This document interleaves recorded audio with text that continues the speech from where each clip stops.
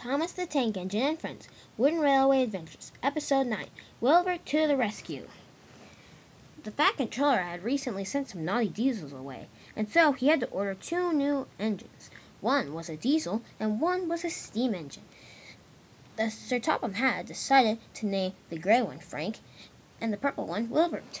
And it was just a coincidence that those were their names. The Fat Controller was very pleased, and the next morning when they arrived, he had duties for them to do. "Welcome to Sodor," he said proudly to the engines. "I am Sir Topham Hatt, or you may know me as the Fat Controller. I hope the engines on Sodor all treat you very nicely." "We will, sir," said the engines. "Now, here are your duties for today," said Sir Topham Hatt. "Frank, you must go to the docks to pick up a special train." "Yes, sir," said Frank. "And Wilbert, you must go with Skarloey to the construction site to deliver this gravel." "Yes, sir," said Wilbur. "I will. Now have a good day and keep to your duties." And Sir Topham Hatt walked away. Wow, said Frank. This looks really fun. My first day and I already have a job." "Calm down," said Percy. "It's only your first day." But Wilbur couldn't contain himself. "Oh, it's so exciting! It's so exciting!" "Oh, well, never mind that. Hey, Wilbur, let's get a start on today's work." "Okay," said Wilbur. He puffed onto the turntable, spun around, and coupled to Skarloey. "Goodbye, Frank," said Wilbur and Skarloey, and they puffed away. "Huh," said Frank. "Show-offs?" "They aren't show-offs," said Toby. "They're just doing their work." "Well, I wanted to be the first one to leave the yard." "He's a jealous one," whispered Thomas to Percy.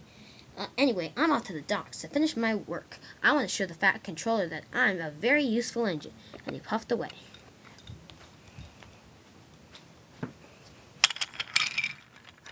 He came into the docks, and there sat his train, and he coupled and waited.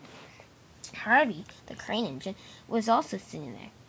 "Be careful with those trucks," said Harvey. "They're being extra troublesome today." I know," said Frank. "You don't have to tell me what to do." "I'm not," said Harvey. "I'm just giving you advice." "Huh," he said. "I don't take advice from cranes." Harvey didn't think that was funny.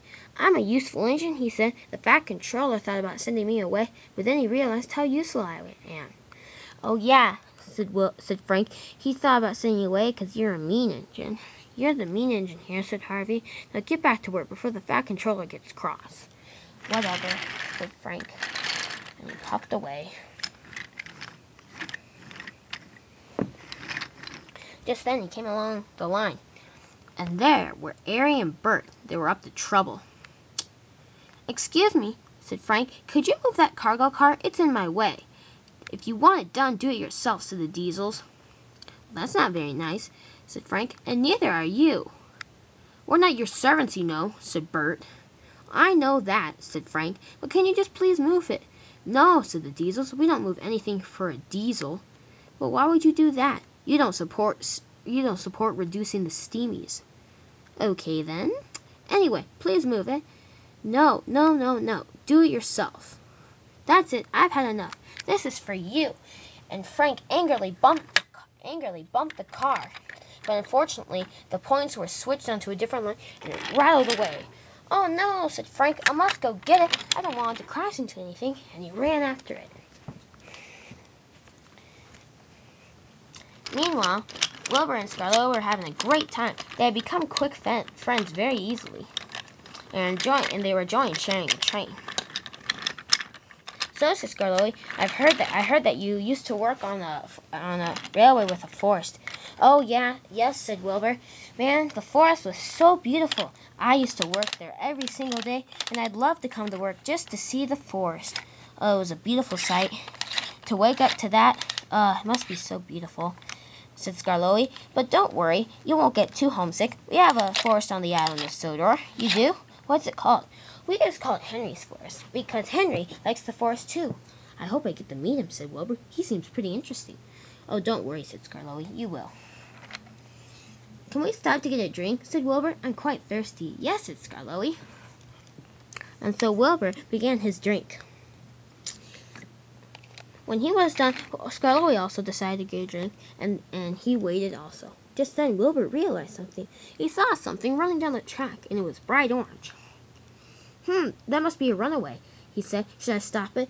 No, said Scarlowy. You don't want to hurt yourself. But I have to. Look. And he was right. There was James with a special train. Oh no, said Wilbur. He might run into it. That would be very bad, said Scarlowy. Wilbur, you must do something, but don't hurt yourself. But Wilbur wasn't listening. The only thing he could think of stopping it was running into the crossing. The cargo truck came through the mountain and it crashed into him.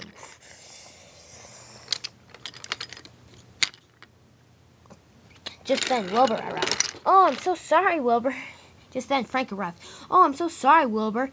It's all right, said Wilbur. I'm all right. Wow, Wilbur, said Scarlowy, you're a real hero. Thanks, he said. Just then, James popped up.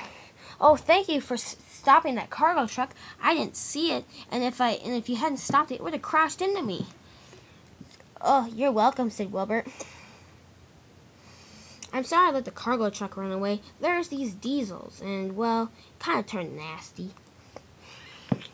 Well, maybe you should try to figure out problem solving, said Scarlowy. You would be good at that. I guess, said Frank. Well, I guess I know now never to mess with Harry and Bert. Oh, you shouldn't, said Scarlowy. I shouldn't? Nope, they're very bad diesels. Anyway, well, you've learned your lesson, and I think we all agree. And Wilbert, Scarlowy, and James do agree.